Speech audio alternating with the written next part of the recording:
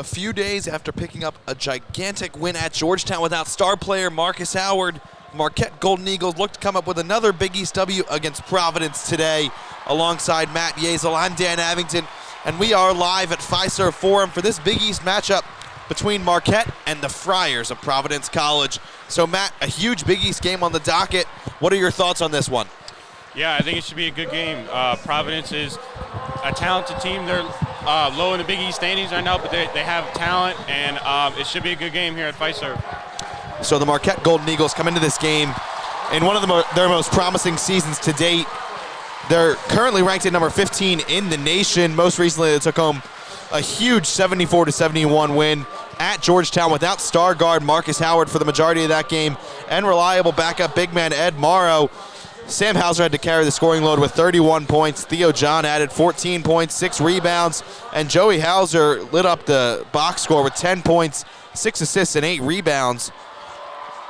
So Matt, what do you think Marquette needs to do today that they didn't do against Georgetown that they really need to pick up?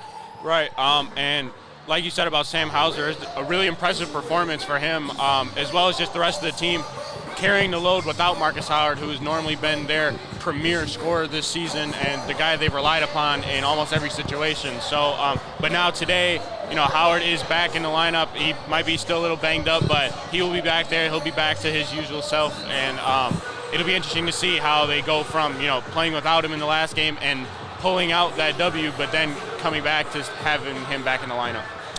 Meanwhile, Providence enters the matchup at a record of 11-6, 1-3 in the Big East, having just upset Seton Hall earlier this week.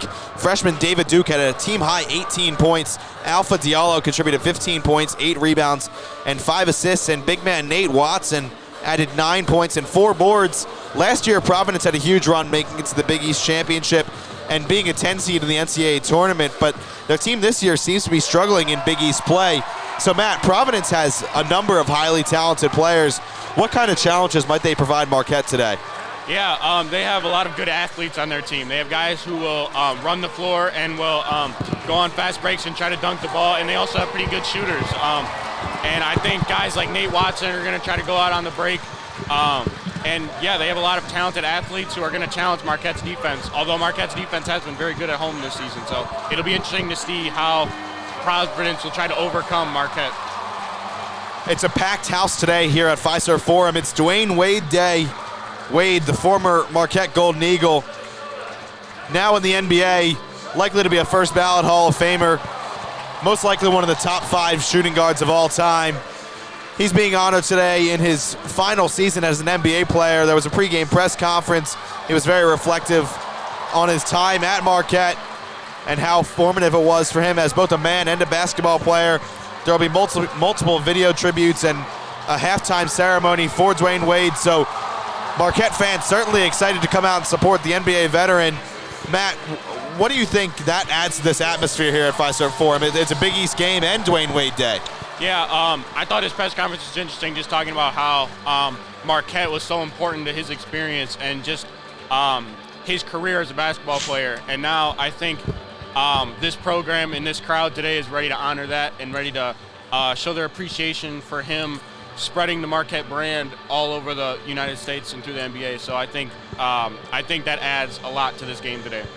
So we're about a minute or so from tip-off here at Fiserv Forum. The starters today for Providence, they're without star freshman A.J. Reeves for the past couple games due to a foot injury, so they're running with the starting lineup of Nate Watson at center, David Duke, Malik White, and Alpha Diallo at guard, and Jimmy Nichols, the 6'8 freshman, rounds out the starting lineup. For the Golden Eagles, they're going with their normal starting 5, Marcus Howard, Sakar Adam, both Hauser brothers, and Theo John. A couple interesting matchups to watch in this one. Alpha Diallo for Providence is an elite scoring guard. He's 6'7", and he's going to provide a bit of a matchup problem for Marquette today. I assume Sakar Adams going to be the one that'll guard him. But, Matt, how do you think Marquette's going to try to counter the play of Diallo?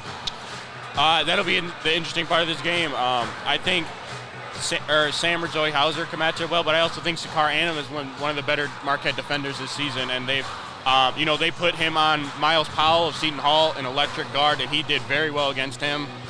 So I would suspect, you see maybe a mix of different defenders, but they're going to try to focus on him and try to take him out of the game, as they've done with several other very good players that they've played against here at Fiserv.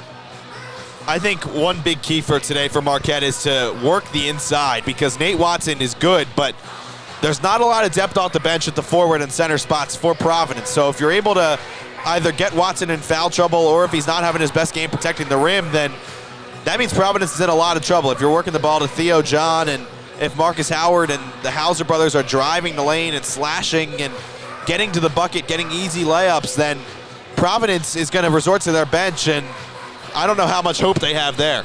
Right. Nate Watson, 6'10". Nobody else on the roster is over 6'8", and it's just going to be important for them to try to keep him in the game, for Watson to have a good game defending the rim. So Providence wins the tip, wearing their all-black uniforms. Marquette countering with their all-whites. Malik White with the ball, drives the lane, misses the shot, rebounded by Joey Hauser. So the freshman brings the ball up, and he finds Marcus Howard. Hauser's double-teamed. Nearly a turnover there by Sam Hauser. And now Hauser pulls up for three. It's short. Joey Hauser fighting for it, but Malik White going to track it down. Bit of a sloppy possession there for Marquette. Diallo now with it.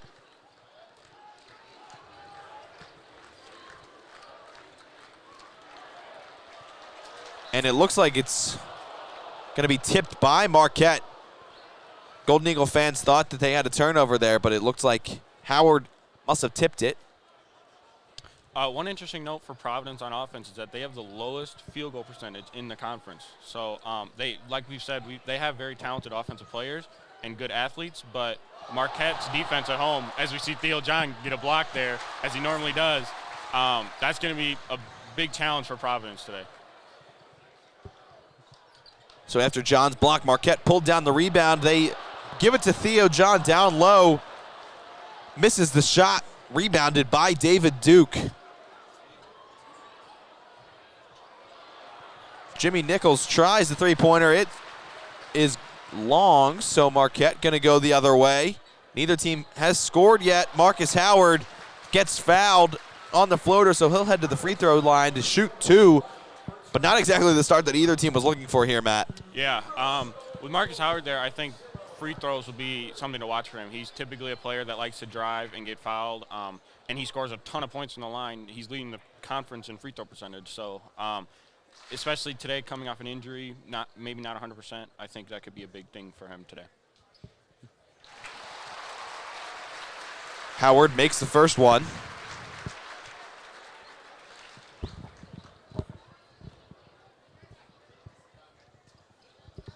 And the second one is also good. So Marcus Howard, in usual fashion, gets his team on the board here. No field goals yet for either squad. Almost 2 minutes into this one. Nichols has it, defended by Joey Hauser. Works it to White.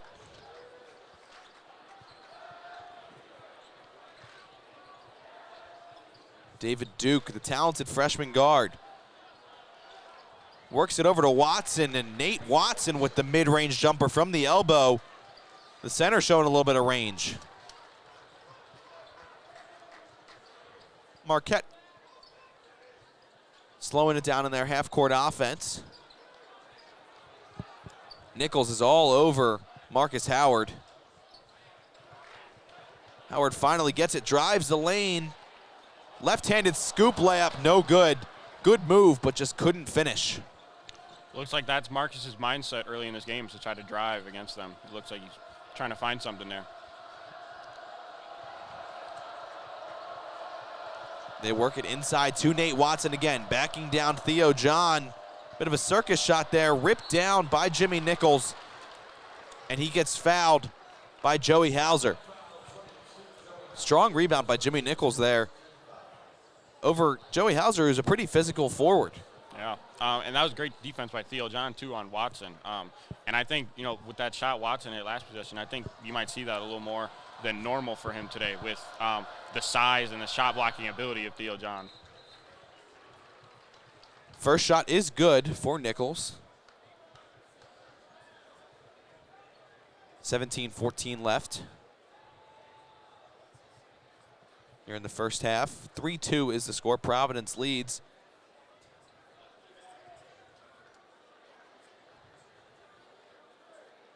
Looks like there's a wet spot on the floor, so quick break in the action to clean that up.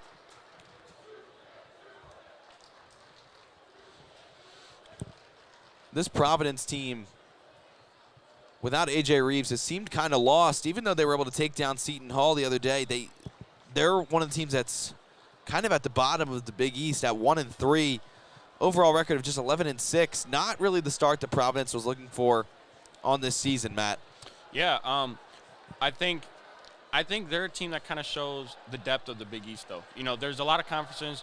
The Big East doesn't necessarily have all the ranked teams at the top in the top 10, but there's not really a deep bottom in this conference. There's, Providence is a team that, they're at the bottom of the standings now, and, time will tell if they'll stay there, but they're a team that can win against pretty much any other Big East team, and they have the talent to do so. So, it's definitely not an easy win against them or the other teams at the bottom of the Big East standings right now. Nichols missed the second shot, but the rebound went off of Marquette, and then Nichols is found for an easy layup on the inbound. And now Diallo comes up with the steal on Marcus Howard. Comes the other way, slams it home. 7-2, Providence leads. Great play by Diallo there. They were harassing Marcus Howard with the full court press, and great play and great finish by Diallo. Joey Hauser for three, swish. Big basket there from the redshirt freshman. First field goal for Marquette brings them back to within 2. It was a great swing pass from Marcus Howard to find his forward wide open. Nichols gets his shot smacked away. But before that, an offensive foul is called. Sakar Annam drew the charge. That was a big play all around for Marquette. Yeah, that was going nowhere for Providence. I think they're going to find out quickly that they got to take smarter shots than driving in on Theo John right now. Providence using a bit of a full court trap. Marquette needing to use both Hauser brothers and Marcus Howard to bring it up. Theo John gets it down low. Sakar Annam puts up a three off the rim. Malik White pulls it down and heads on the offensive. What a drive there by David Duke. Puts it up off the backboard and in. Good find from Malik White. There's been some great ball movement so far from the Friars. Yeah, and David Duke's one of those talented players that you're talking about. He's a freshman. He can shoot it really well from deep, and he's also very good at driving and throwing it down. So he's a player to watch today. Theo John coughs up the ball.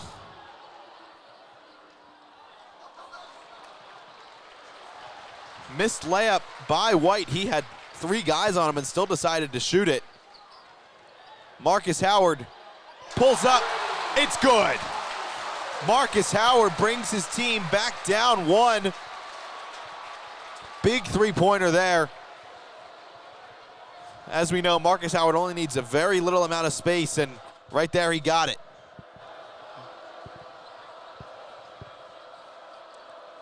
Diallo defended by Sam Hauser.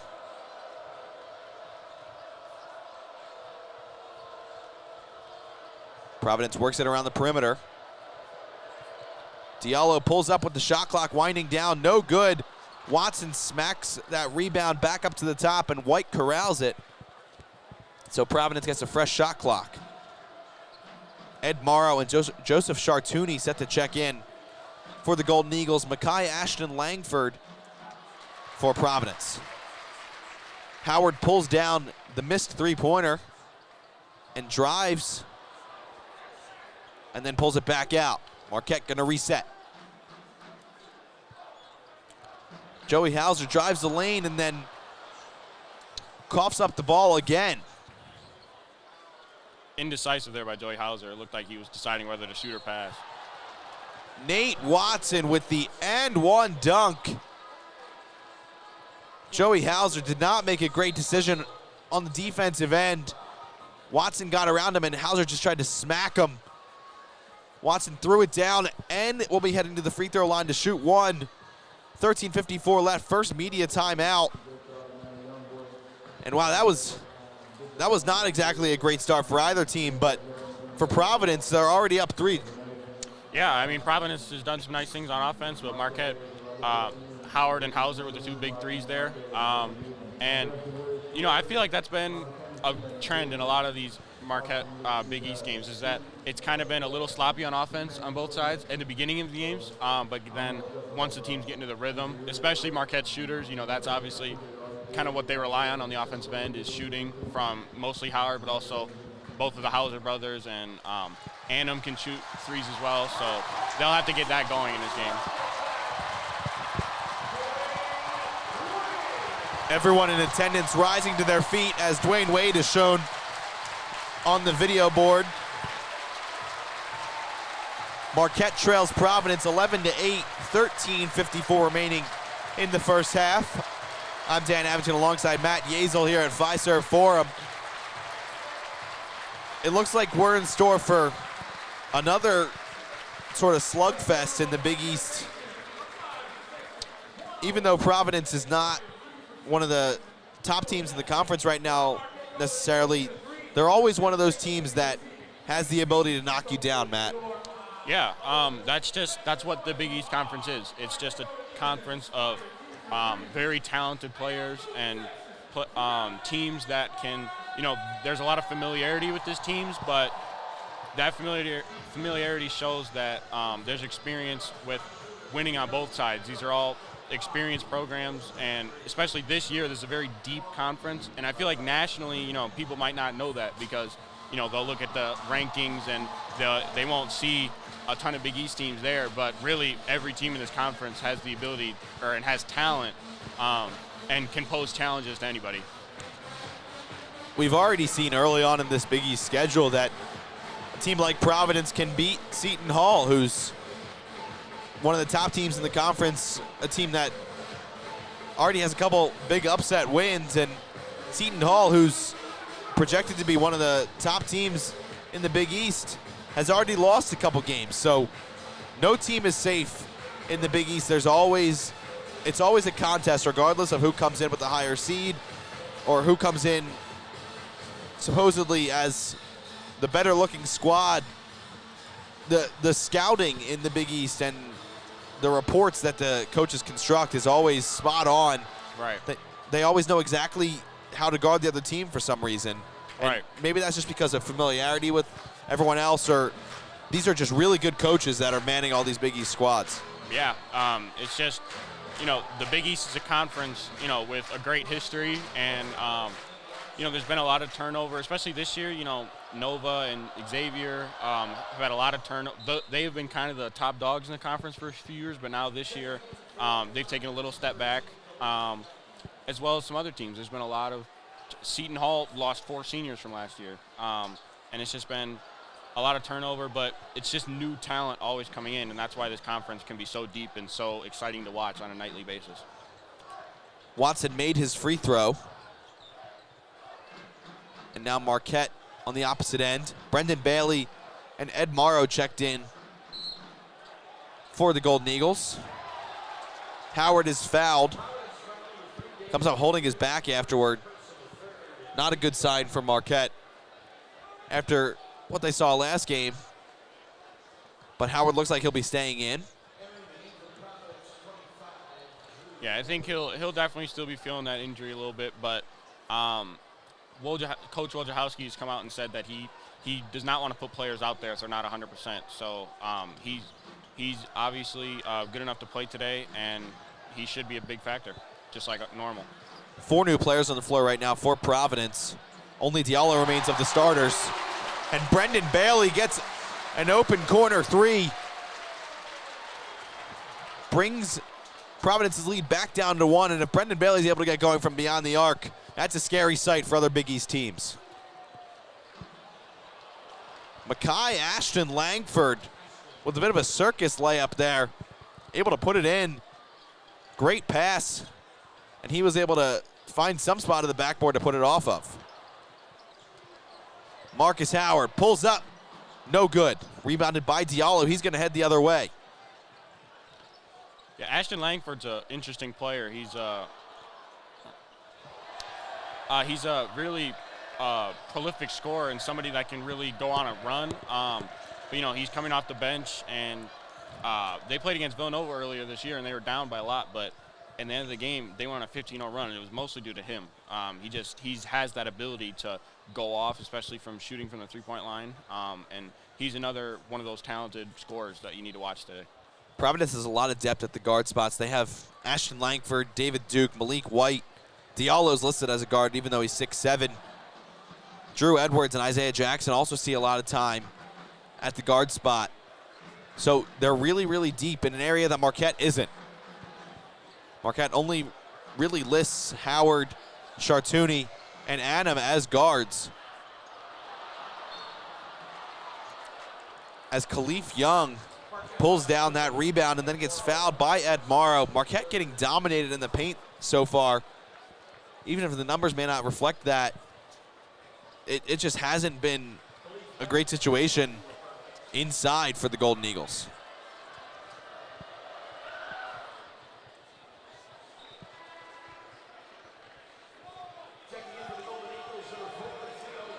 It's kind of interesting with Providence. They're second to last in the Big East in rebounding defense, but fourth in rebounding offense. So they clearly have an ability to crash the boards on the offensive end. You know, I said they have they have the lowest field goal percentage in the conference, so it obviously means they're they're missing shots, but they're also getting more opportunities. So which is a good sign for them, and it's showing here early in this game. Howard from the top of the key. I don't know how you can guard that shot, Matt. Yeah, that was pretty good defense. Hand right in his face. That's just Marcus Howard being Marcus Howard. 16-14, Howard with 8. Edwards gets it. Mid-range jumper, it falls. Drew Edwards with a nice pull-up from the elbow. Howard comes the other way, gets fouled. So we'll head into the under 12 media timeout. Marquette trails by 4. Marcus Howard with 8 points. Brendan Bailey has 3. Not a lot of production otherwise for the Golden Eagles. Yeah, but I do like what I'm seeing from Marquette in terms of letting Marcus Howard kind of go right away. They're not holding him back because of his injury and him being questionable going into this game. It's good to see that he's coming out here being aggressive and already knocked down 2 big threes, driving, getting fouled. So expect a lot more of Marcus Howard today and not really much worried about his injury. Providence has done a really nice job of varying their shot selection so far. They've taken a lot of mid-range jumpers, but they've also gotten to the hoop a decent amount. They're not exactly the best three-point shooting team. 0 for 5 today, but they can beat you in a variety of other ways due to the length that they have at the guard spots. As we've already seen with Diallo, I mean, he's one of the most talented players in the Big East. He was projected as all Big East first team in the preseason. He's sort of a point forward, so there's not much of an easy way to guard him. Sam Hauser's done a pretty good job of making sure that he's not getting to the basket too easily, but he's also a facilitator, and that's what I think is the most dangerous part of his game. Yeah, he's an unselfish player. He's not looking to, take over this team and score, 30 or score like the most points every game and trying to win the game by himself. He recognizes that he has talented teammates that he has to create opportunities for, and he's done that pretty well so far. He's getting a lot of points, rebounds, and assists, and he's just a very solid player for Providence and a good player to insert into this new lineup of younger, talented athletes. You have to wonder if Providence had their freshman guard, A.J. Reeves, if they would have a different outcome of some of these Big East games. He's a 6'6" freshman guard from Roxbury, Massachusetts. He was averaging 14.2 points per game in the season, and that was coming in as a freshman. He was the Massachusetts High School Player of the Year, averaged 27 points per game, 8 rebounds, and 4 assists in high school. So he's a really talented scorer, and I think they're clearly missing him in their starting lineup, but that also factors into their bench rotation as well. For sure. That's those 14.2 points, second on the team, and he fits pretty well. 6'6", more than a typical point guard, but less than a big man, and he fits very well in this team, and he's a very good scorer, talented player, and yeah, I think you're right. I think they have been missing him a little bit, and this will test Providence depth throughout the season. It'll test.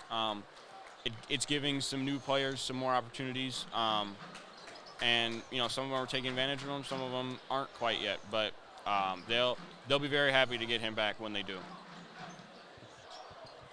Marcus Howard has the ball. Gives it to Chartouni, 4-3, air ball. It was good ball movement from the Golden Eagles. Howard was able to cross up Chris Monroe and found Chartouni for a pretty good look at the basket, but it just wasn't on target. Yeah, great drive and kick there by Howard, and found a great opportunity. Chris Monroe comes down the other way and swishes home a three. The first three-pointer made by Providence, and just like that, they have a 7-point lead. Brendan Bailey tries for a three of his own off the rim. Providence taking it. Isaiah Jackson drives the lane, kicks it out to Ashton Langford. Three-pointer, no good, rebounded by Sam Hauser. Providence set to check 3 players in.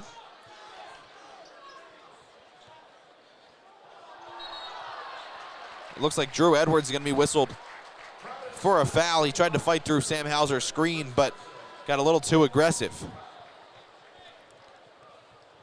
Nate Watson, Jimmy Nichols, and Alpha Diallo will come back in for Providence. Sakar Adam for Marquette. Looks like he's going to be the one that's shadowing Nichols most likely. Marquette inbounds to Howard.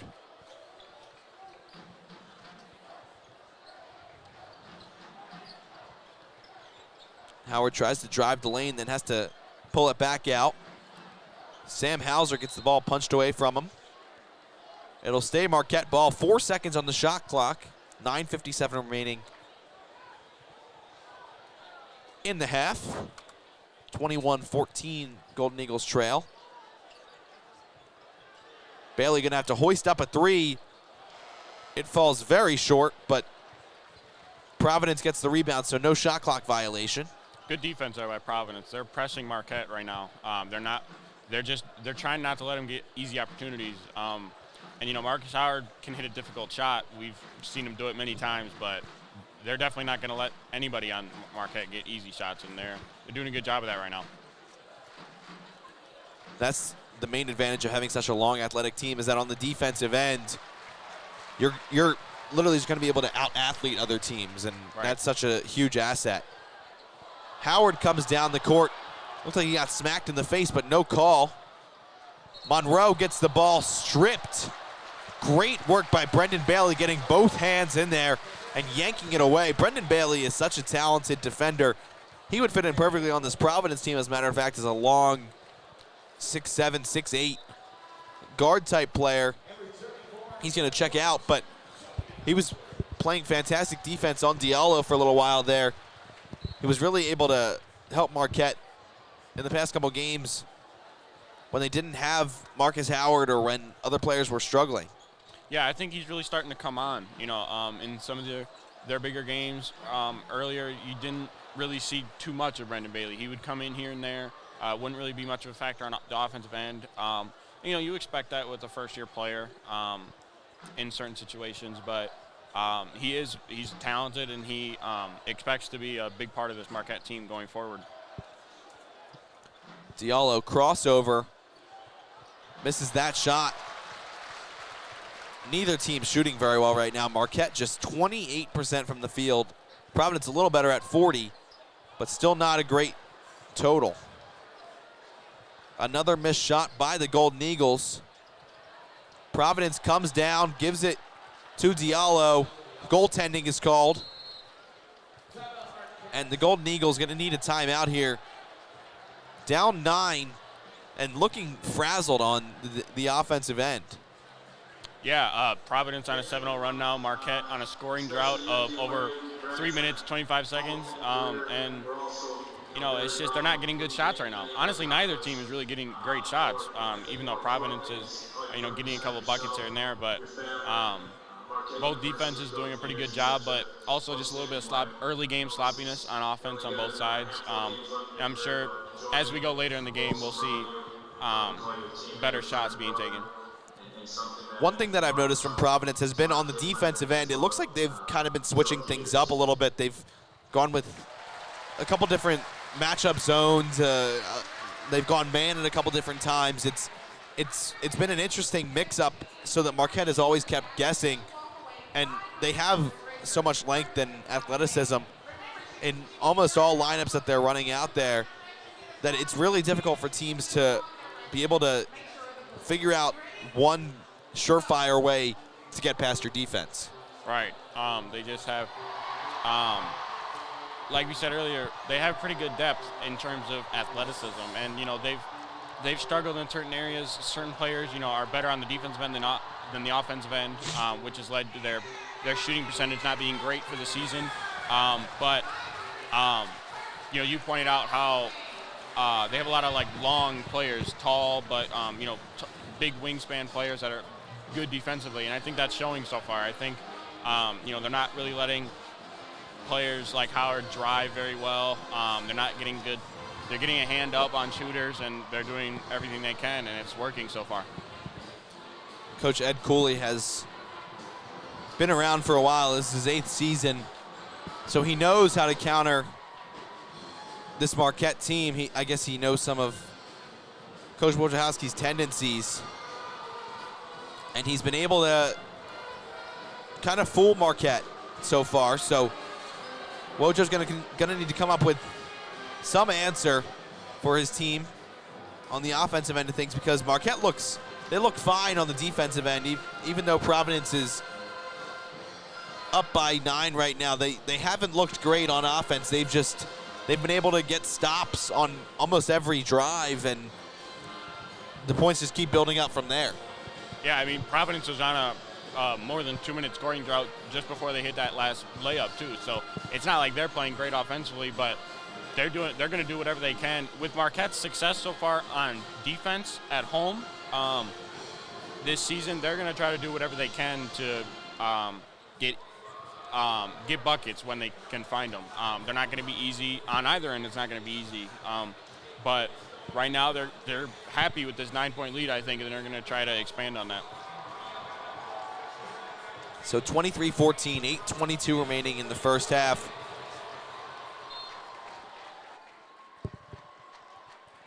Of the Golden Eagles on the floor right now, only Howard and Joey Hauser have scored, and Hauser with just 1 bucket. So Marquette needs an answer. Sakar Adam drives the lane, thought he was fouled. Wojo screaming at the refs. But regardless, no call was made.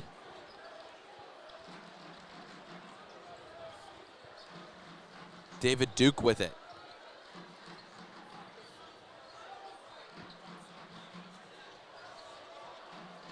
Corner 3, an air ball from Diallo. Great ball movement from the Golden Eagles. Huge block from Jimmy Nichols. Sakar Adam fell hard. Looks like he hit his head there on either the hoop or the floor or something. Looked like Marquette was going to have a nice transition bucket, but Nichols just came flying through. Looked like he got a leg on part of Sakar Adams' body. Maybe that's what caused Adam to trip up. I think that's like the 3rd or 4th air ball we've seen today, though. Just not, you know, these aren't bad looks from three, but it's just not working for anybody today. Yeah, three-pointer is certainly not Providence's strength. As Sam Hauser gets fouled by Diallo. That's kind of contrary to pretty much every Big East team. I feel like pretty much every Big East team that rolls in here has at least a couple of guys that are just dead-eye three-point shooters that you have to watch. And Marquette is, the poster team of three-point shooting. So that's interesting to see a team that's just not really great at three-point shooting. But they have talented scorers in other areas. So Sam Hauser off the mark. He's 0 for 3 from the field. Providence gives it to Watson inside, backing down Theo John. David Duke with a nice behind the back, gets fouled by John. Really good evasive move to get around Sam Hauser and then drew John up into the air. I think the Hauser brothers really got to get going here. I think that, when both Joey and Sam, I think when they're shooting the ball and being aggressive on the offensive end, in contrast to Marcus, who typically takes most of the shots, I think that is when Marquette's offense is at its best, is when other guys other than Marcus, especially those two, are having success on the offensive end. And teams really hone in on Marcus Howard in their scouting reports. They'll throw their best defender on him, or they'll double him whenever he gets the ball, things of that nature. So that's the time when other players really need to come alive. And the reason why Marquette has lost a couple games this season is because they haven't had players beyond Marcus Howard to rack up some points. Right. It's just, and he's shown the capability to, go off for 53 points or 45 points and, kind of carry the load a little bit. But at some point that's not going to win you every game. And speak of the devil, Sam Hauser gets a three-pointer there. Defender in his face, he still knocked it down. Clutch bucket for Sam, gets himself on the board. Chartouni defending Malik White. Theo John smacks it away.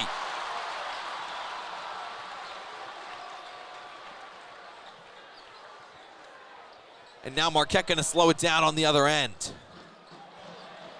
Brendan Bailey tries to pull up for three. It's no good.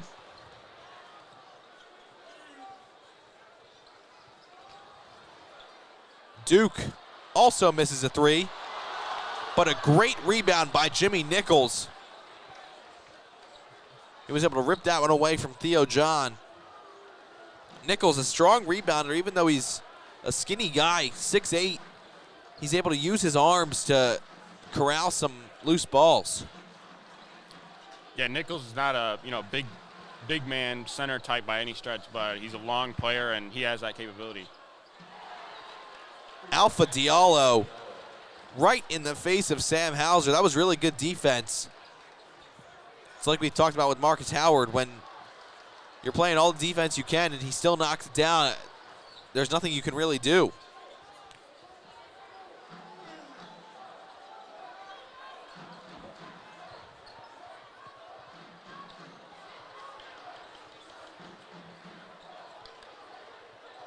Joseph Chartouni gets it. Gives it to Sam Hauser. Free throw line jumper. Goes right through the net. 26-19, Marquette trails. 4 minutes, 25 seconds left in the first half. Ed Morrow set to check in for Theo John. That's a good shot there for Sam Hauser. I mean, he's a very tall player, and right there at the free throw line, that's just shooting right over people. That's a great shot for Hauser, high percentage shot. Brendan Bailey gets whistled for a foul. Looks like that was an off ball. Just trying to fight around a screen kind of foul. Bailey and Theo John check out. Howard and Morrow come in.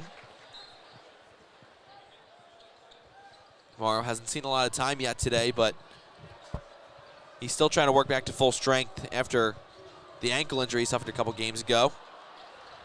Diallo finds himself open under the basket. Used a great cut to get himself open. And just like that, the lead is back up to 9.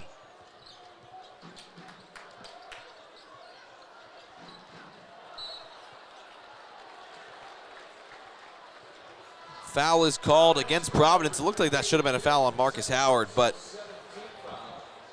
Marquette gets the call, and that sends us into the under 4 immediate timeout. 28-19 is the score, 3:49 remaining in the first half. Marquette still has not found an answer. Incredibly low scoring half, especially for an offense as potent as the Golden Eagles. Yeah, I mean, Providence is pretty impressive right now on the defensive end. I don't think you expected them to be stopping Marquette quite like this. Howard's having a decent game, 2 for 6 right now, but nobody else really getting into a rhythm. You just don't see, you can tell when Marquette starts to get into a rhythm that's when they go on their runs, and that's when the other team will start calling timeouts and trying to get it back together. But you haven't seen that yet from Marquette, and I think Marquette definitely has some work to do on the offensive end. Yeah, Sam Hauser's been the only Marquette player to score in the past 8 minutes or so. And that's counting Marcus Howard. Howard has had 8 since pretty much the under 16 timeout. So Marquette only 2 of their last 12. They're shooting 28% from the field, 38% from beyond the arc, having only attempted 13. Providence, on the other hand, 42%. They're shooting 20% from beyond the arc. Neither team with very many free throws on the day. Marquette only with 2. Providence has 7, 57% from there. Diallo has 9 for Providence. Even though it seems like he's having a bit of a quiet game, he's slowly working up those points. He's taking the opportunities when he's getting them. He's not. Providence doesn't want to force shots right now. They've had a couple shots that haven't looked great, but they don't want to force shots, and Marquette shouldn't be forcing either. That's why they're not really getting into a rhythm right now. They're taking shots that are just low percentage shots, but Providence right now and Diallo is just making great moves. That he made a great off-ball cut there to get an easy open layup, and that's what they're going to need to win this game. It's just easy baskets against Marquette's pressure defense here at Fiserv. There's seemingly not a lot of life in this Marquette team. I couldn't tell you what it is, but they seem to be lacking some kind of energy, and I don't know what you need to tell them in order to pick it back up, but you would think a home game on a Sunday afternoon, packed house, you would think that provides its own energy, but we haven't seen that. Yeah, and I think, in general, like I said earlier, in the beginning of first halves of games, that's kind of been a trend for Marquette. They haven't really gotten into a flow early in games and gotten out to a big lead. That they've typically, halftime it's typically a close game, or you may be down or up by a few points, but then in the second half they've started to get into a real rhythm shooting the ball. I think especially Marcus Howard, he had 5 points at halftime against Buffalo and then 40 in the second half. So they've been a bit unpredictable in terms of the difference between the first and second half, but they definitely have to pick it up from what they're doing right now on the offensive end. Howard makes both halves of the 1-on-1. So now he's in double digits. 28-21.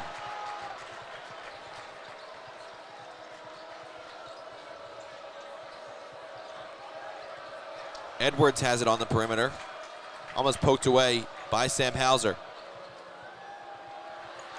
That was a really good move by Diallo, but he misses the mid-range. Howard pulls it down, skates through the defense, but the shot doesn't fall. Good defensive rebounding by Providence. They had 5 players surrounding the rim right there.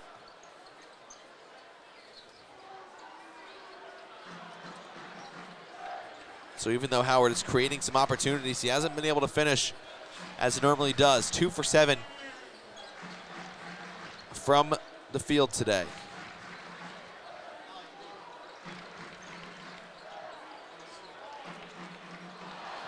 Edwards with an off-balance shot, able to swish it home.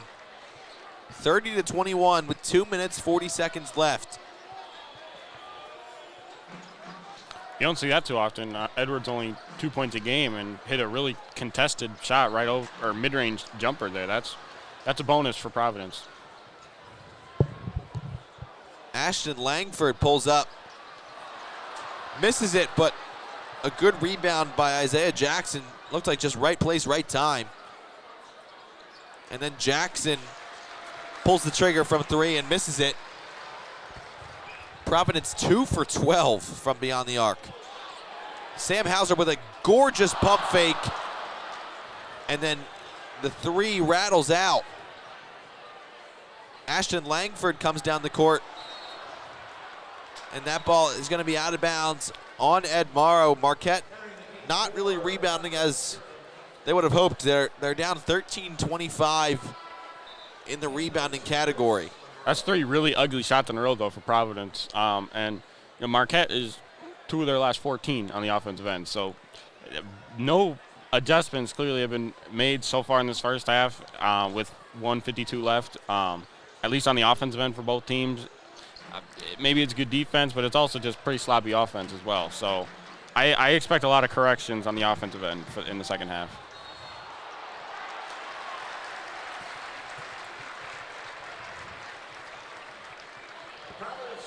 It looks like it's going to be a foul against Nate Watson. He's shoved off of Ed Morrow, so Morrow going to get a 1-and-1 here.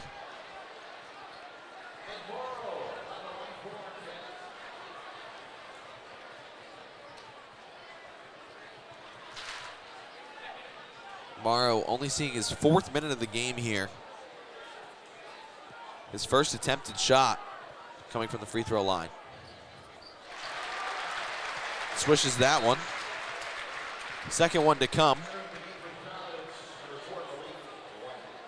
Before Morrow got that free throw, only Howard and Hauser were the players on the floor that had scored for the Golden Eagles. So they're going to need some contribution out of Sakari Adam.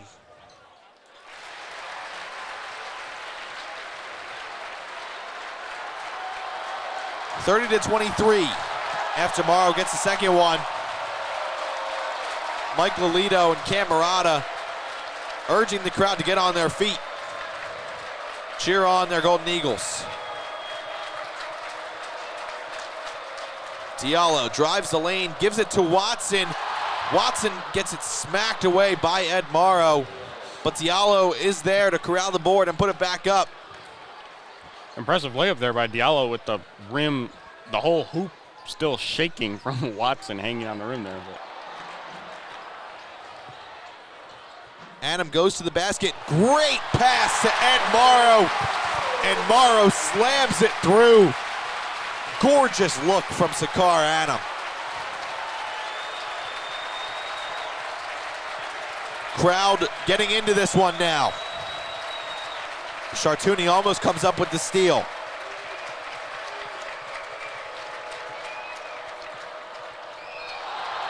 And an offensive foul.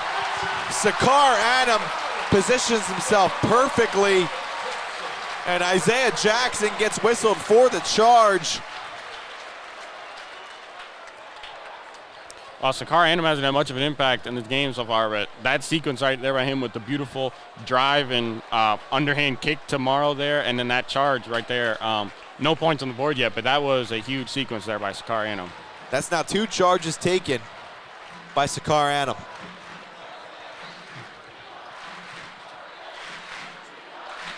So just over 15 seconds remaining, about 6 seconds separating the shot and game clocks.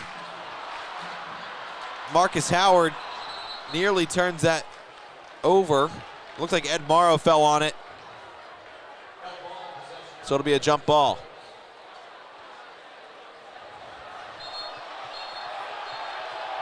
And it looks like a bit of a scrap under the basket. I don't know what's going on. Ed Morrow was in the midst of 5 or 6 other players. Looks like Ed Morrow's going to get teed up. I couldn't tell you what happened there.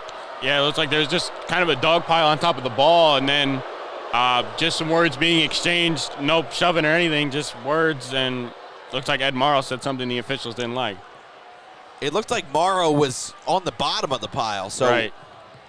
It makes sense that he was angry, because I don't know why nobody was escaping from the pile, because they had already called a jump ball. Anyone could have just left the huddle immediately, so I don't know what the situation was. Referee's going to try to explain it. A technical foul has been assessed against Marquette, number 30, Ed Morrow. Second personal. Yes, it's officially going to be technical foul against Ed Morrow. That'll be his second personal. So Diallo will take the free throws. I don't know what Morrow said, but that's just a poor decision to say anything when the referees are right there. Yeah, big dog pile, everybody on the court in one little pile. Cooler heads need to prevail in that situation, but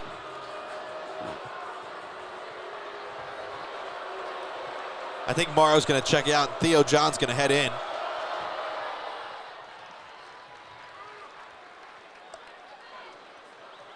Diallo makes the first one. Second one clanks off the front of the rim. So Providence now gets the ball, since they have the possession arrow.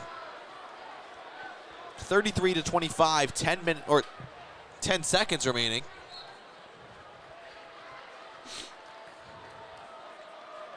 Gonna try for one last shot. Chris Monroe from the corner, no good.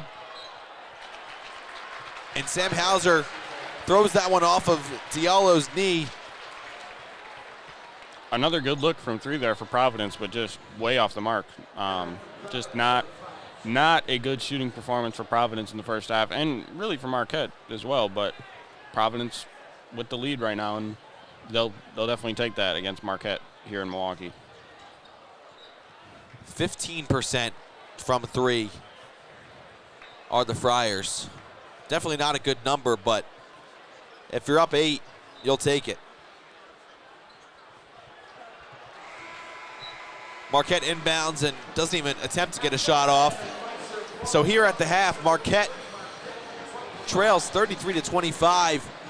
Matt, not exactly a great first half from either team, but for the Golden Eagles, what do they need to pick up here at halftime to kind of make up this deficit? Well, I think they definitely need to keep it up on the defensive end. They've pressured Providence, and Providence has done some good things, gotten some good shots, but they've also forced a lot of bad shots and are not shooting a great percentage. So they need to keep it up on the defensive end. But offensively, I think they just need to get better opportunities from three. They're not, as well as just knocking them down. They're not taking great shots right now, but they're also not forcing anything. They just need to capitalize on their opportunities and not knock shots down when they get those opportunities. But right now, they're just not doing that. So we're going to take a break here on Marquette Radio at halftime. When we come back, the second half of action, this Big East matchup between the Marquette Golden Eagles and the Providence Friars.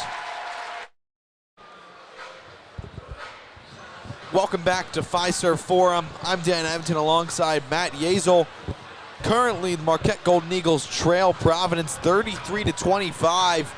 Lots of problems for Marquette in the first half, mainly on the offensive end, but things didn't look too great on the defensive side of things either, Matt.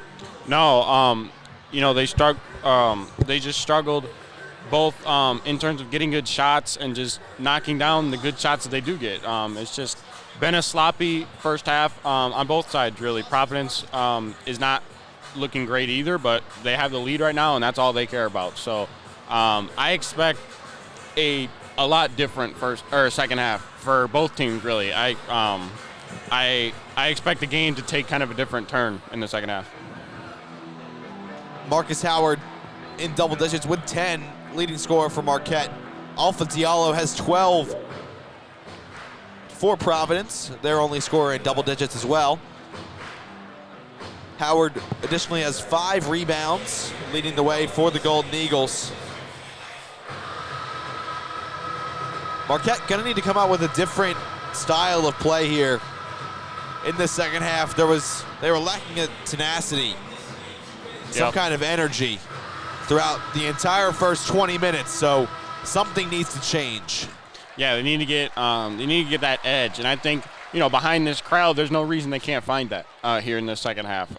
This crowd is pumped up. There was a great halftime ceremony for Dwayne Wade, standing ovation, and it was just, you know, they're looking for something to cheer about with this team right now. So on the first drive, Sam Hauser gets fouled en route to the basket. It'll be an inbound from underneath. But yeah, Matt, it really was a fantastic tribute. Everyone in the crowd was on their feet. Dwayne's sons surprised him here, and we're able to present him with his Letterman jacket. Very nice, emotional ceremony, and great to be able to honor a Marquette legend here today.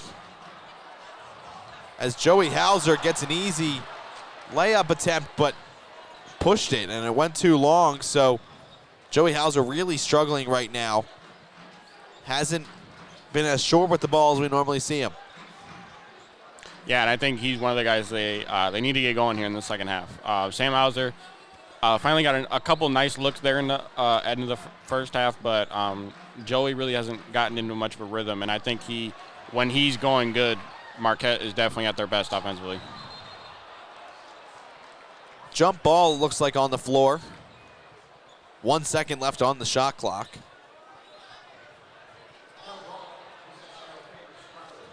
Possession will go to Providence. Looks like Theo John is hobbling a little bit, but he'll play through it. 1 second left on the shot clock. Diallo gets the lob and just barely missed it. Theo John draws the over-the-back foul on Nate Watson, so that will be Watson's first foul of the day. Yeah, it's a bad foul there by Watson. Theo John was in clear position to get the rebound, and there was no way for Watson to even get close to the ball other than just climb over his back. So that bad foul there by Watson. That's actually going to be Watson's second. Still a very, very bad decision to try to go over John's back there. And Marcus Howard gets the and one. Beautiful hesitation move. Went up late and was able to draw the hands of Malik White. Not a lot of contact there.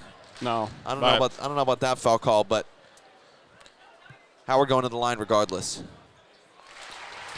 I mean, that's what Howard can do. He drives, and he's not necessarily looking for fouls, but I feel like he has that in the back of his mind when he's driving and being aggressive like that, and that's what Marquette needs him to do.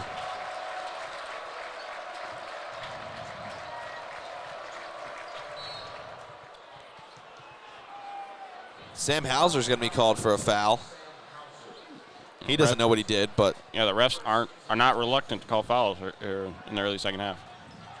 Weren't a lot of fouls called throughout a lot of that first half. Looks like they were letting them play a decent amount.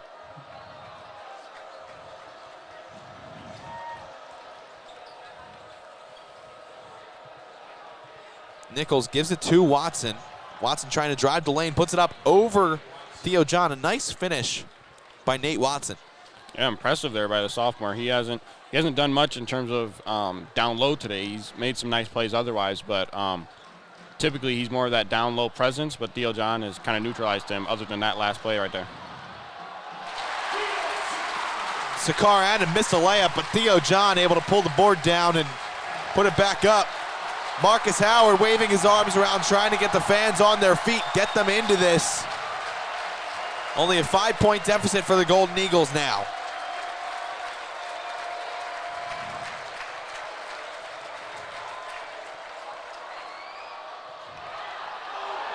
Wow. Jimmy Nichols. It looked like Theo John either blocked that out of the hands of White or White intentionally threw that lob.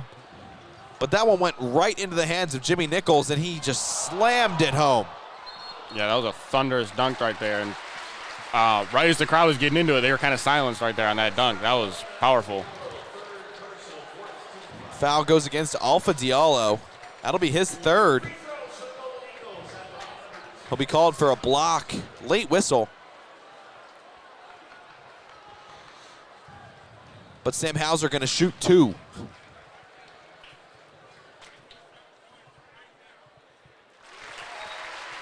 Hit pretty much every possible part of the rim and backboard right there. But it fell. 37-31. Diallo has to check out with 3 fouls now.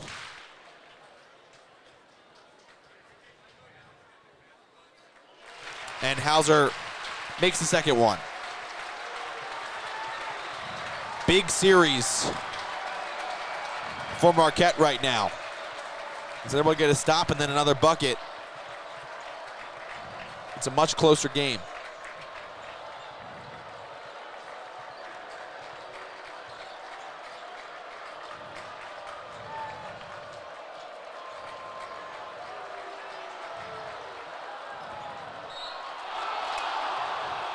Marcus Howard gets called for a foul. That's his first personal. That was interesting there. Ashton Langford had a couple opportunities there for a 3, and he's a capable shooter, but it looked like he was trying to get a better opportunity than that. They shot abysmal from 3 in the first half, 15%, and as he shoots a 3. Ashton Langford misses that one, just as Matt calls him a capable shooter. Yeah. Sam Hauser comes the other end, misses a 3 of his own. Now just 14% from 3. So I think they definitely are going to try to look for better opportunities, unless they're wide. He was wide open in the corner there, so you got to take that when you get that opportunity. But after that, I think they're going to try to look for better shots. Yeah, I mean, they're getting good chances from beyond the arc. They're just missing everything. Yeah, just not their day from deep. And David Duke now going to be whistled for a reach. Theo John was able to pick up the loose ball. Marquette down 5, 37-32 with the ball in their possession. Another bad foul there. Theo John clearly had the ball in his hands, and Duke just reached right in there. And I don't know what his goal was there, but Providence better lay off the fouls here, because that typically stacks up late in the game against a team like Marquette that's so good at free throw shooting. Sakar Annam, the definition of a slashing guard, gets to the bucket, puts up a floater, and it's good. 1 possession game.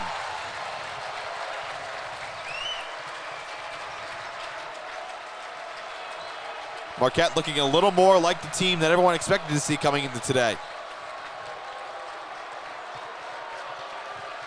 Edwards has it. Drives the lane. Foul is called. I believe it's going to go against Theo John.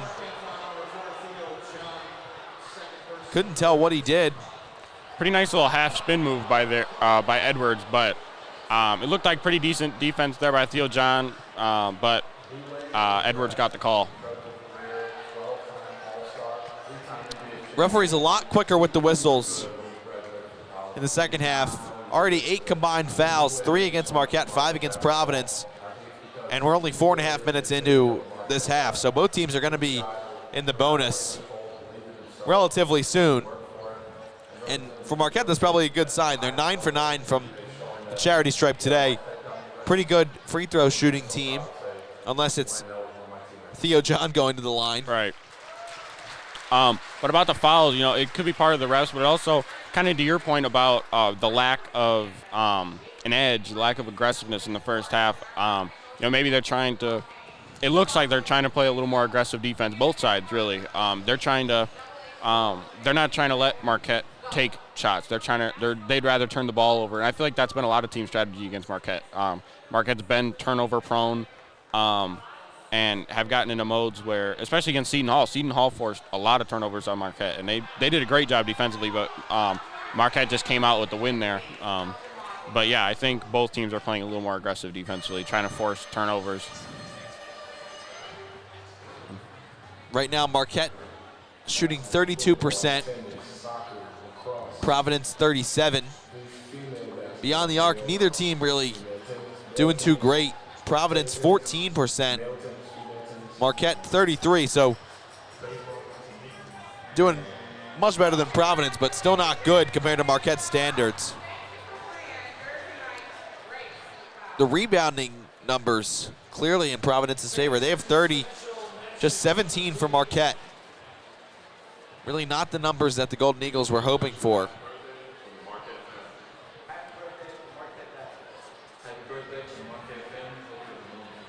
Howard now with 13 points.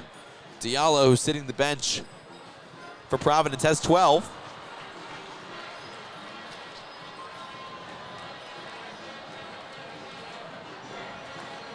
So, Matt, what have you seen so far from the Golden Eagles that you think they definitely adjusted coming out of halftime? Well, I think it's a little better to see that they're trying to get more guys other than Howard going a little bit. They have,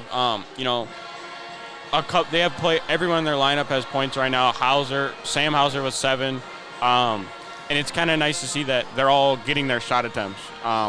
In the games where Howard, they rely on Howard, you don't typically see a ton of shot attempts from the other guys, but right now they're trying to get them into the game. And, I think that's a good thing because they're obviously focusing on Marcus Howard. Every team's going to focus on Marcus Howard, as they should. But you need the other guys to step up as well. So I think that will be a big key going forward. But also, Howard only has 13 points right now. It's 3 for 8, not 5 of those from the free throw line.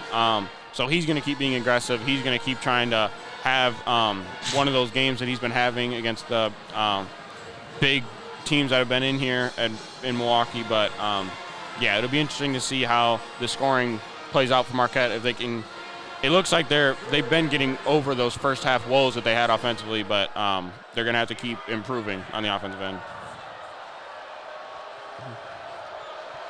Edwards makes the first half. 5 points on the day for Drew Edwards, 6'4", redshirt junior.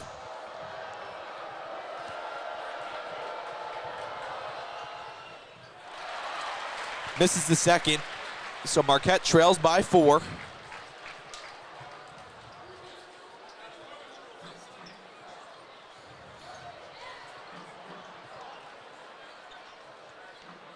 Theo John going to try to back down Nate Watson. Out of control on the spin move there, and that shot no good. Good defense in transition from the Golden Eagles, though. Able to force a bad shot from Providence. Sam Hauser, 4-3, yes! Sam Hauser brings the deficit to 1.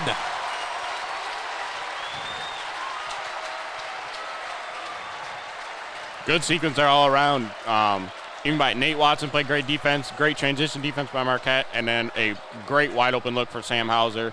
That's got to feel good for him to knock down that 3 right there.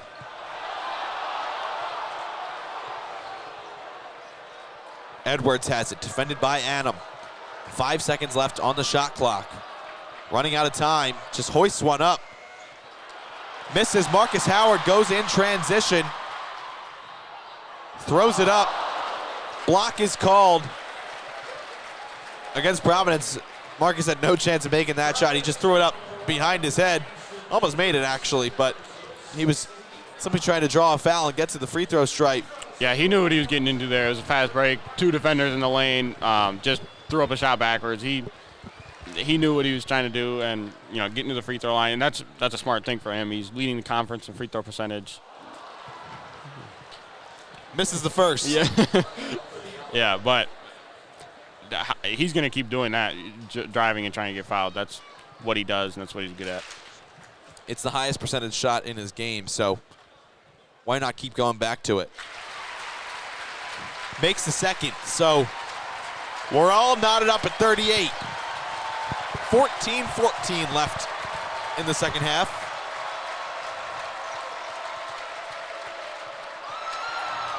Sakar Adam almost steals the ball. Edwards then misses a shot. Diallo gets swatted. Howard coming the other way. Floater, no good. And now Marcus Howard gets whistled for a loose ball foul. That's his second personal. Good defense by the Golden Eagles, even though it didn't result in a bucket. Providence hasn't scored a field goal in the last 3:22.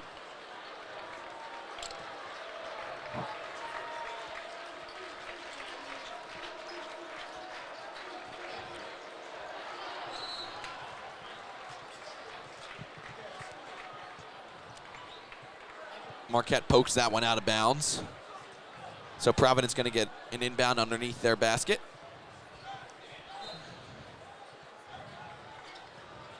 Isaiah Jackson starts working around the perimeter. They give it to Nate Watson. And the big man gets fouled by Theo John. It looked like John went straight up, but he's going to get whistled for his third. Yeah, you can see Theo John was not happy with that foul. It looked like he brought the arm down a little bit into Nate Watson, and Sam Hauser went over to, kind of talk to him a little bit about that foul. But I like that Watson is still staying aggressive down low. He's not afraid of Theo John's defense down low, and he's finding some success down there.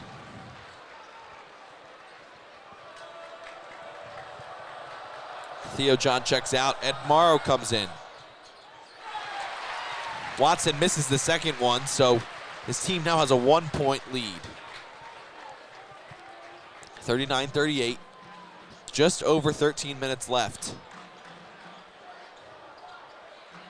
Joey Hauser gets the entry pass, gets double teamed, has to kick it out to Marcus Howard. Howard, contested three.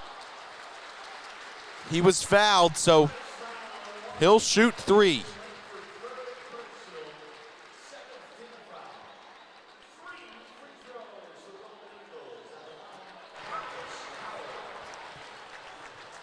Howard trying for his 15th, 16th, and 17th points here.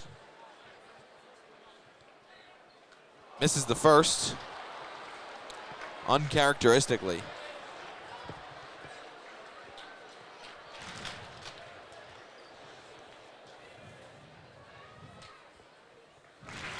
Second one is good. Brendan Bailey checks in for Sam Hauser. Bailey likely to take on Diallo, since he's a lot longer than Sakar Adam. And Howard makes the third. With that, Marquette has the lead. Their first lead in quite some time. Adam on Diallo. Misses it, but Watson is able to tap it back in. Watson now in double digits. Sakar Adam tries to scoop layup on the other end. No good. That last possession was another example of how good Providence has been crashing the offensive boards. It's something they take pride in this season, and they've done a good job of it, especially with Watson.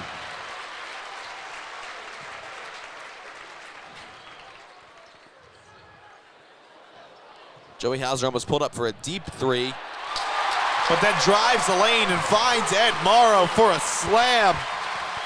Great drive and pass from Joey Hauser. Finds the open big man.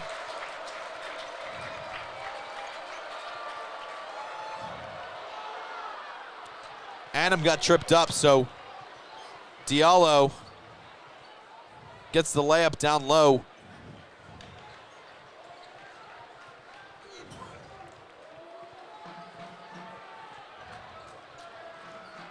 Good screen by Morrow. Marcus Howard to the basket. He missed the layup, and then it looked like Morrow was fouled, but no call. Good defense by Adam on David Duke. Joey Hauser got slammed to the ground. A couple physical plays there that didn't get whistled for anything, but we're going to head into the under 12 media timeout 11:40 left. Marquette trails by 1. Yeah, it was interesting. That was a big physical back and forth, and it looked like the refs were actually letting them play a little bit there, kind of like the first half, even though they've been a little eager to call fouls in this second half. But and Howard had a great drive to the basket there, but just missed a pretty easy layup. And a little uncharacteristic of him, but. Howard now with 16, the game's leading scorer. Diallo has 14. Both those players also the team leaders in rebounds. Howard has 7, Diallo has 5.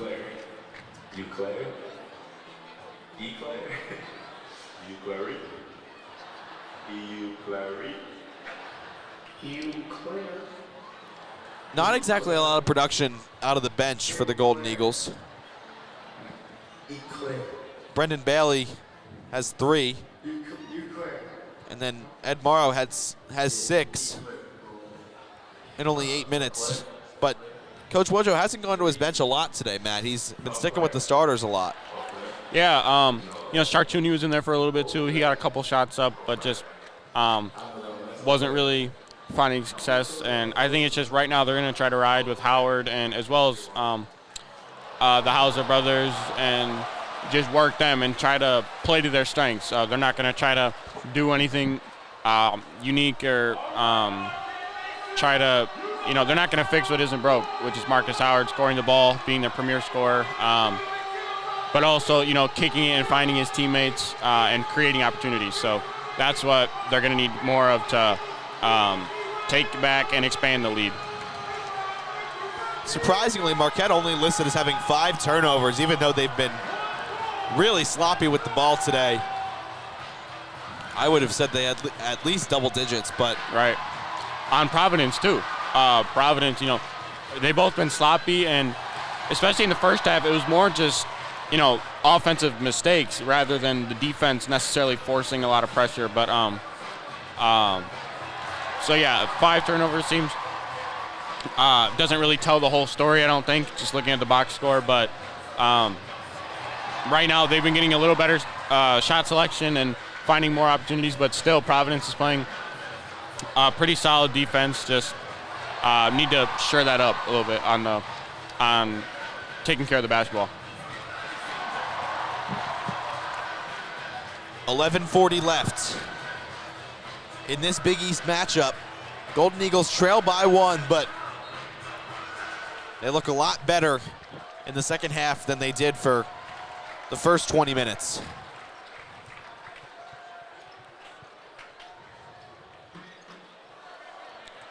Joey Hauser backing down Jackson.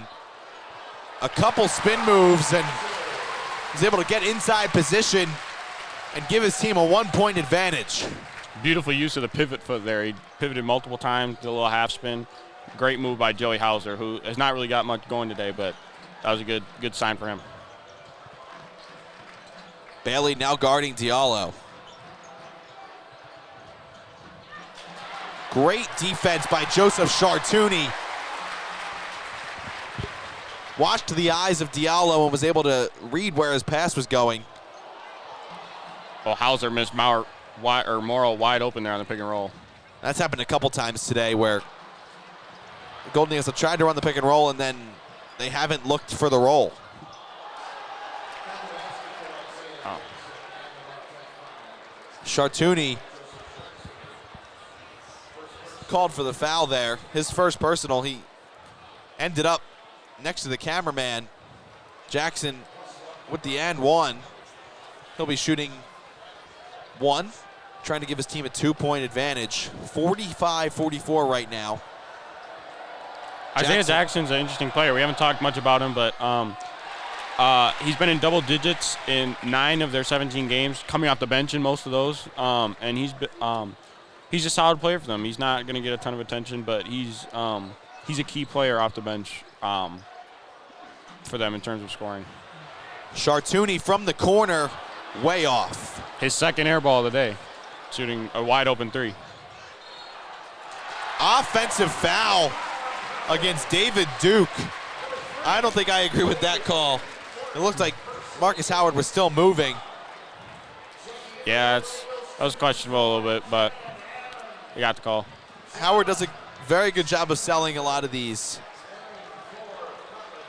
I think that's the toughest call in basketball is the block charge call. It's so subjective to every situation, and it's just, there's flopping involved and, all that. It's one of the tougher calls and hard to distinguish.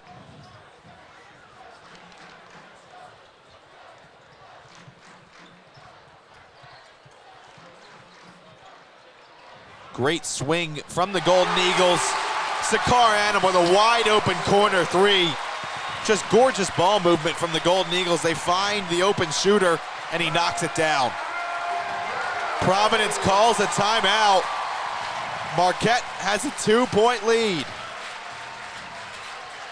Yeah, like you said, great swing pass there from Sam Hauser. Good ball movement across the wing. Annam wide open in the corner. That's what you want. Annam's, not necessarily the guy they look to for offense, but some of their best games have been when he's put up production on the offensive end. So he's had a solid game today, and that was a big swing right there for Marquette. Annam is also an interesting player because he's so incredibly athletic. So he's an incredible slashing guard, and that's what he does best for the Golden Eagles, but he's one of the best defenders in the nation, I would say. He always takes one of the best guards on the opposition and has locked down a lot of guys that have been pretty potent. Right, like last home game against Seton Hall, Miles Powell came in here and they stuck Annam on him, and Coach Wojo and his teammates pointed out after the game how impressive his defense was. He's been a big part of, Marquette in the offseason really looking to improve their defense. They've struggled with that in past years in terms of just being, a team that'll score 80-something points but give up even more than that. So he's been a big part of that kind of revamping of that.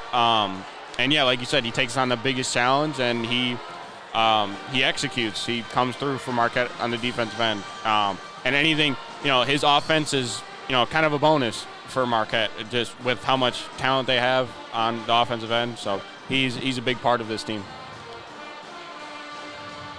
The defense of Marquette, I feel, is really underrated because, especially considering the defensive struggles of last season, they came into this year and everyone knew that was going to be something that they needed to work on.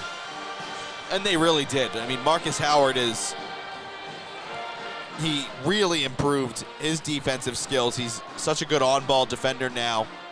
Sakar Annam has always been a lockdown defender, but the Hauser brothers, with their length, have really improved the defense. Theo John, as the rim protector, has provided the Golden Eagles with limitless help because he's able to stand right near the basket and swat things away when other guys are able to play off the ball a little bit. So Marquette's defense has really, really picked up this season, and that has paid dividends.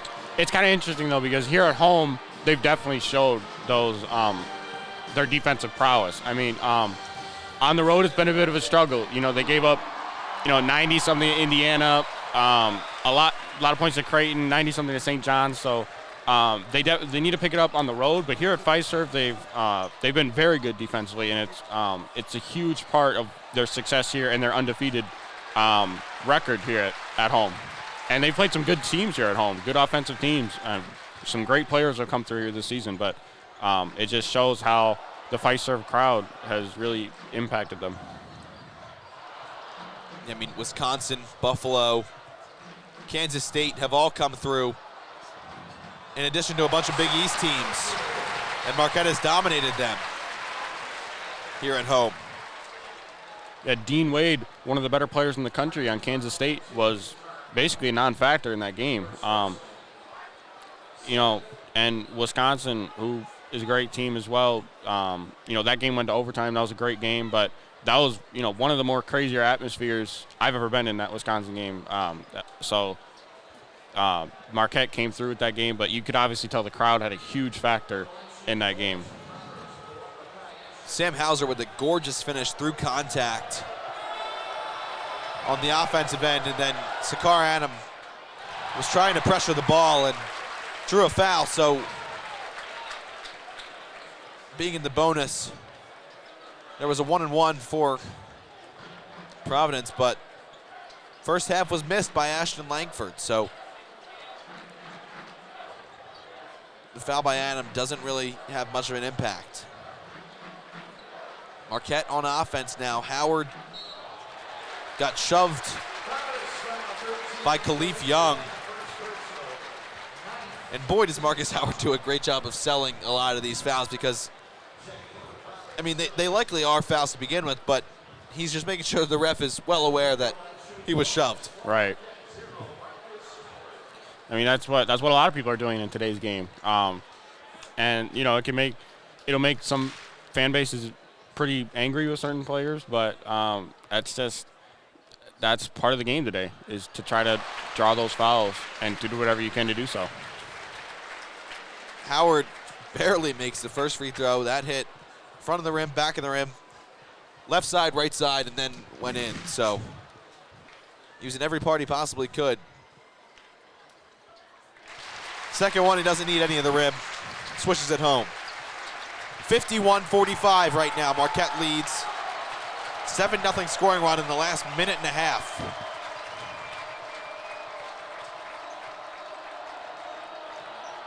Nate Watson was fouled by Theo John. That's his fourth. So we might be seeing Ed Morrow a little more down the stretch than was expected. I guess they're going to call that John caught him with the lower body because the upper body was straight up. Watson makes the first. Yeah, I know Theo John's definitely not happy. That last foul, he wasn't happy either. He was in pretty decent position, but kind of lowered the arm.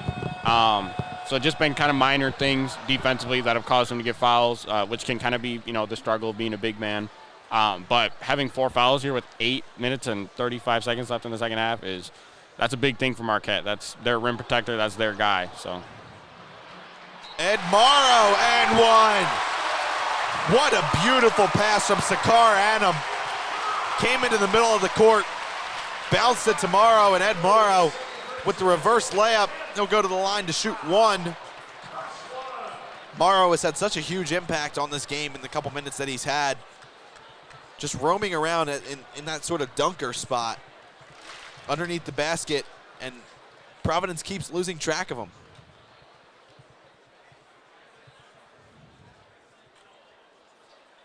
Free throw is good. Providence also now in the double bonus with 10 fouls, so Marquette will be shooting 2 whenever they go to the charity stripe. Marquette up 7, 54-47, just over 8 minutes remaining.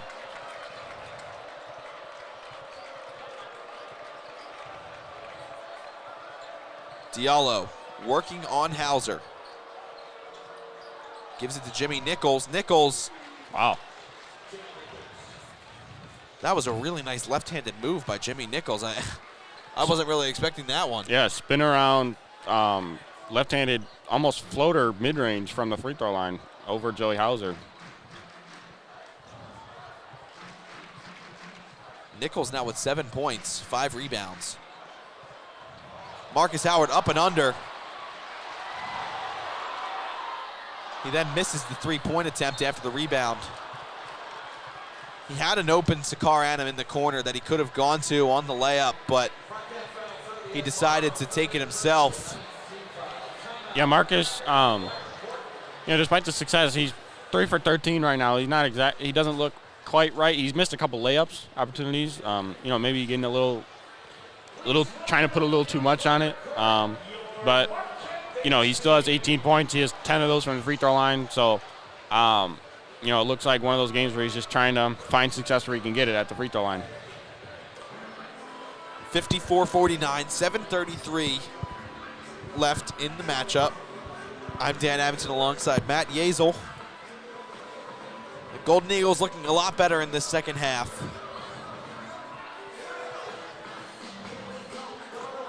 make sure to tune in later today, 2 p.m. Central Time. Marquette women's basketball against St. John's. I'll be on the call for that one as well here on Marquette Radio. Another Big East matchup.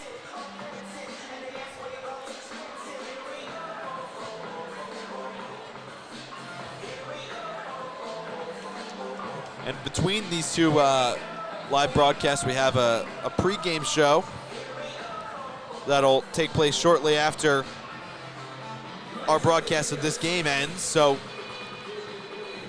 keep your browser open to this channel and you can have a full day of Marquette Wire coverage.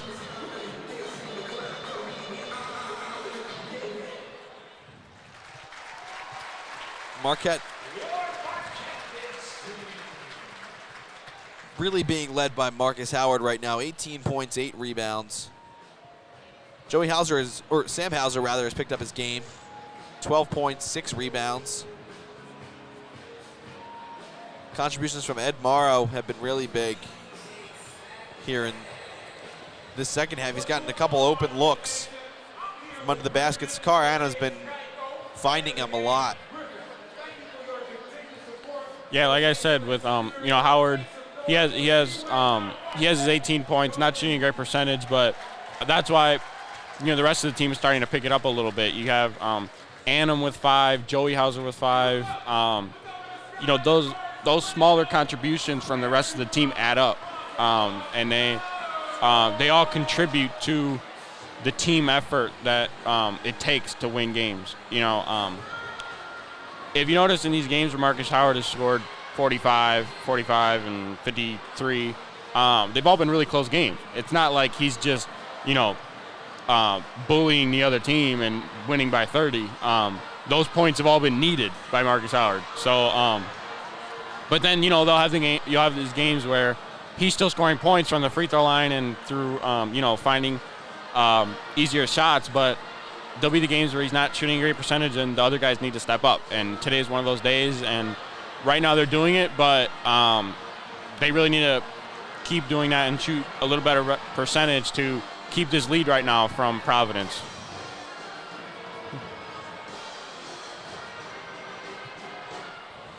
So Jimmy Nichols will be going to the line here for Providence after the offensive foul went against Ed Morrow, or loose ball foul rather, not offensive. Nichols misses it, but Ashton Langford hustles and gets the board. So Providence gets a fresh shot clock in the ball.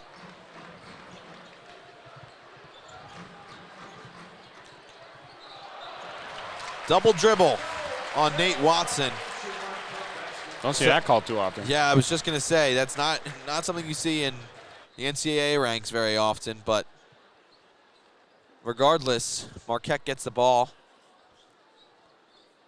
Sakar Adam, who's been huge in the past couple minutes, facilitating the offense here.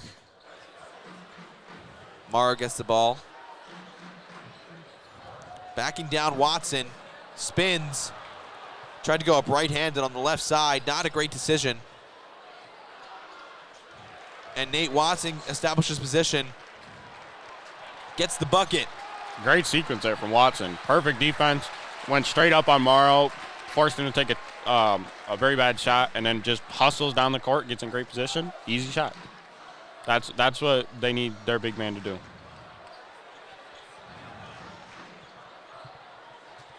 Sam Hauser trying to back down off of Diallo. Wow. Whoa, Sam Hauser. I did not expect him to pull out the left-handed jump hook right there, but perfect defense by Diallo, too. But great shot. That's a hard one to finish. But Sam Hauser does it. Gives his team a 5-point advantage. 6:10 left. Malik White for 3. It's good. That was the first three-pointer in I don't know how long for Providence. A long time. They were 2 for whatever for a long amount of time. Got them up to a grand 19% from the three-point line. Hey, that's better than 14. Sam Hauser got fouled by Diallo. That's 4 against Alpha Diallo. He's got to be careful because if Providence loses him, then this one might be game. Hauser makes the first.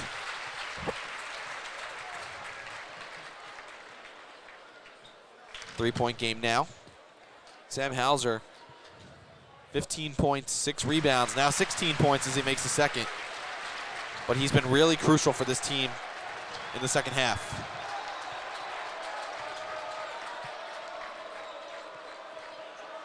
Providence feeding Watson. Wow. Watson dunked and then fell. Beautiful spin move down in the post. He's their leading scorer now with 16. Great game from him. Sam Hauser, deep three-pointer. Knew he had Watson as a matchup problem and created some space, finished. 61-56. Nate Watson through the contact and won. I think there's a matchup problem on this end, too, with Morrow on Watson because he's just dominating right now.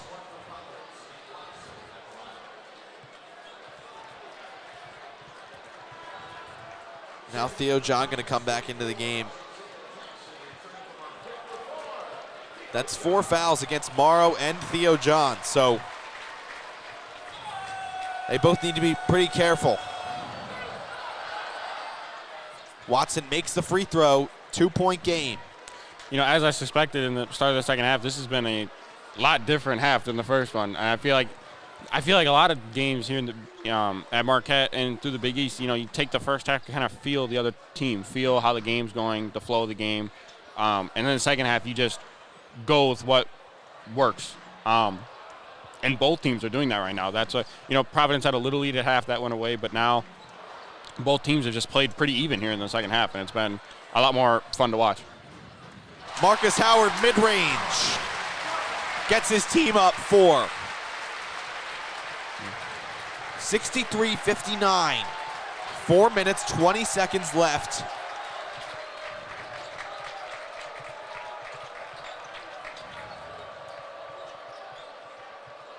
Watson has it, defended by Theo John. Travel. Theo John with great defense went straight up, forced Watson into a turnover. And that's the difference there with Theo John on Watson rather than Morrow. Watson tried to force something that wasn't there, and Theo John played great defense, forced a turnover. Sam Hauser from his brother and one. Gorgeous cut. Beautiful pass. And fantastic finish. That was a picturesque play from both of the Hauser brothers. And now, Sam Hauser, Marquette's leading scorer on the day. And that's that connection they have. They know where each other is going to be. They know Sam Hauser is going to make that good cut there, and perfect pass, perfect timing. Great possession there for Marquette. 65-59 is the score. The Golden Eagles looked like a completely different team in that first half. It was not the number 15 team in the country. And now they look like the team that everyone thought they were going to be coming into this game. Right. And going off my earlier point, Marquette's 4 for their last 4, Providence 5 of their last 5. It's been a completely different story here in the second half. But Providence has really got to be careful here because Marquette, 6-point lead now. Hauser going to the line to look for a 7-point lead. This is the time of the game. Marquette, typically tries to go on a run and tries to make that deficit too far to where you're just completely out of the game. So Providence has really got to step up here after this timeout and make a big run to get back into this game and try to have a chance to win at the end. Providence has really been feeding Nate Watson. He now has 19 points, 7 for 12 from the field, 5 for 6 from the charity stripe. But they're going to need contributions from somebody else. It can't just be Nate Watson the rest of the way. Diallo has 14, but he's had 14 for pretty much the entire second half. So right. he's haven't heard his name too much in this half. Yeah.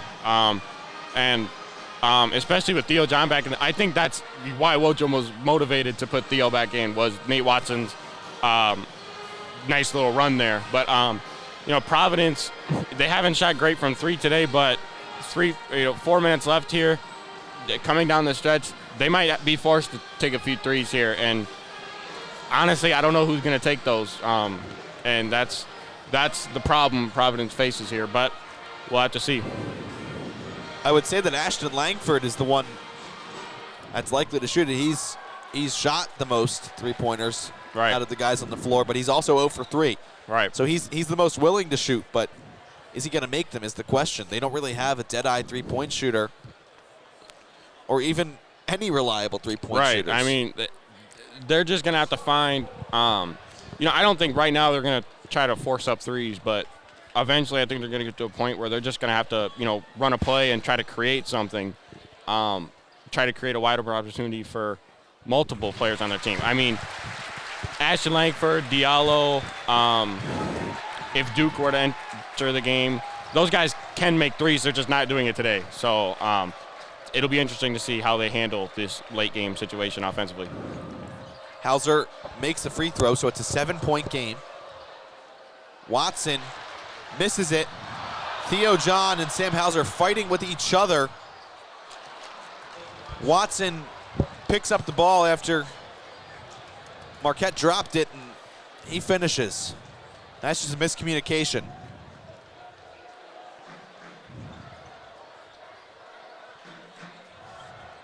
That's now 14 offensive rebounds for Providence compared to Marquette's 3. So Providence is doing a great job on the offensive boards, and they've typically got a pretty good shot after getting those boards. Joey Hauser initiates contact and one. Joey Hauser with the big turnaround jumper, and he'll go to the line to make it a three-point play.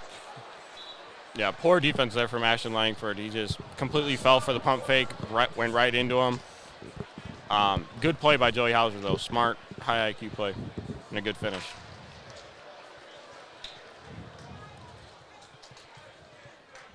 Hauser is money from the free throw line, gets himself to 8 on the day. 8-point advantage for the Golden Eagles.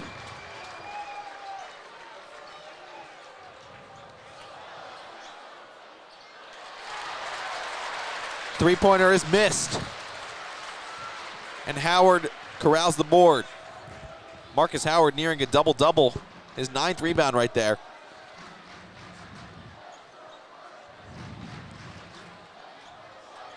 Sam Hauser for 3. Swish! Sam Hauser.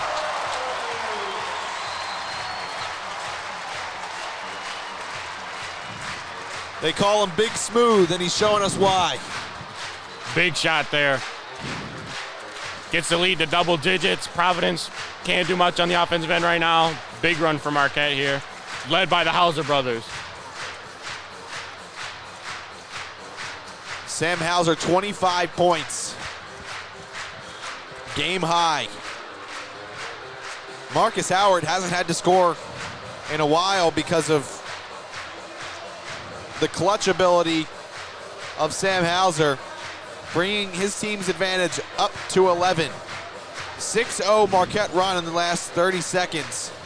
They're 6 of their last 6 attempted field goals. It's crazy how Hauser was struggling so much in the first half, and just like that, he flips a switch, and all of a sudden he's a 25-point scorer who hasn't missed in a while. Right, 8 for 13 now in the game, and most of those misses coming in the first half, like you said. So, and even Joey, he really just he didn't get many shot attempts in the first half, and now has made some really key plays here late in the game. And as a freshman, they trust him now to come through in late game situations. Not necessarily the guy they go to first, but he'll make some big plays, and he's a big part of what this team's trying to do at the end of games.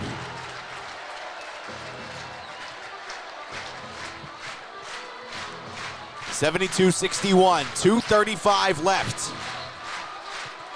Can Providence pull off a miracle?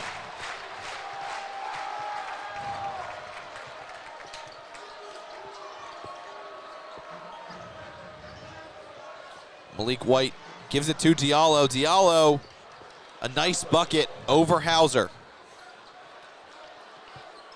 Providence now back in their full court trap. Malik White trying to tie up Howard. Ends up putting his hands on his back and fouling him. That was a pretty good trap there. They almost forced a turnover, but unfortunate foul for Malik White. They broke that out earlier on in the game, and it was working for a little while. But here, Marquette knows how to beat it. Howard hits the free throw. 10-point advantage from Marquette.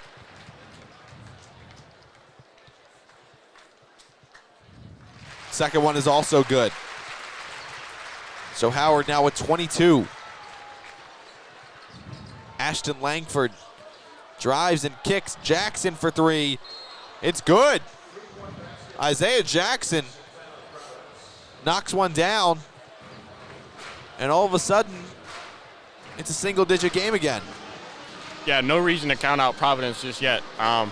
They were down by a lot in a game against Villanova earlier this season. Villanova was now ranked, and they went on a 15-0 run late in the second half, mostly led by Ashton Langford. So, they have the capability to come back. They're not going to back down in this game one bit until the clock hits 0, and Marquette's going to have to bear down. They don't care about the three-point percentage to this point. They care about whether they make threes now. So they're not going to be afraid to shoot, and they're going to try to do whatever they can to come back.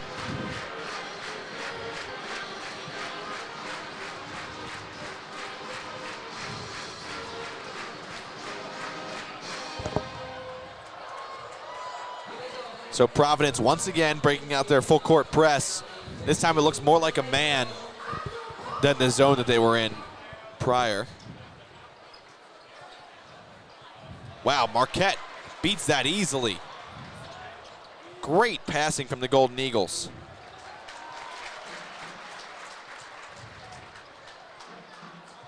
Marquette just going to try to waste as much time as they can. Joey Hauser, three! It's good!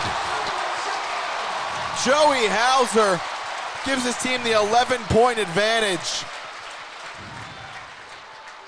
And that might be the nail in the coffin, Matt.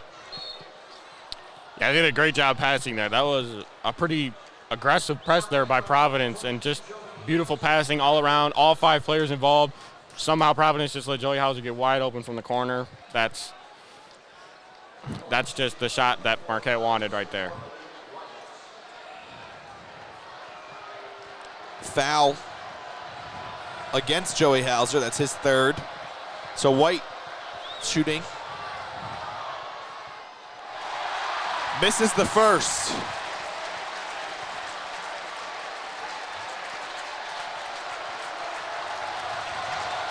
Marquette fans getting into this one.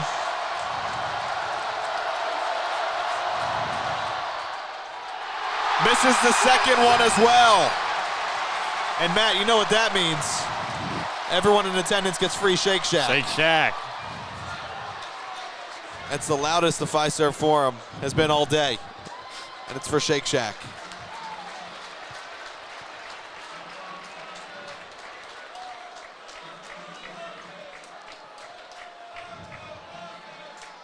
Howard with an awkward shot. It's rebounded by Khalif Young. Ashton Langford gets his shot pinned by Theo John, but a foul is called on Joey Hauser. That's his fourth. Ashton Langford is still on the ground. Gets up limping.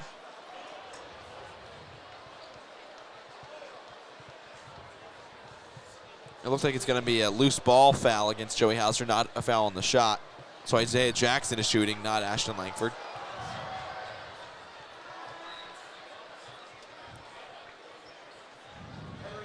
Micaiah Ashton Langford, only 2 points, but 5 rebounds and 7 assists, so he's doing the job as point guard.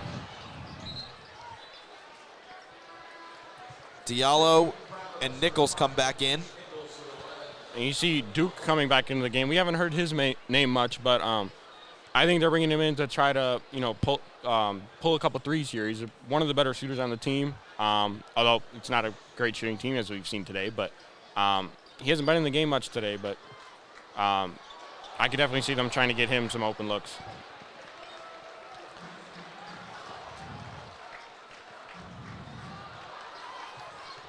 And Providence comes up with a steal. And then on the other end, Sakar Adam looking like a wide receiver, hauling that one in. So the Golden Eagles get the ball back. Marcus Howard just dribbled through 3 guys. Providence choosing not to foul here. Oh. About 10 seconds separating the shot clock and game clock. We'll see if Marcus Howard gets tripped up, so he'll go to the line to shoot 2. I wasn't sure if he was going to shoot or if he was going to let the time expire. That's all. The foul's on Diallo, so he checks out with his 5th foul. 16.6 rebounds for Diallo. Not a bad game, but he couldn't do enough. It's hard to be team's main scoring impetus when you don't have much surrounding you.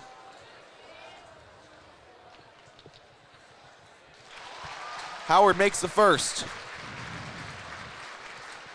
I don't think Marcus is going to get the double-double that I was talking about earlier, but 23, 24 points, 9 rebounds, not a bad day.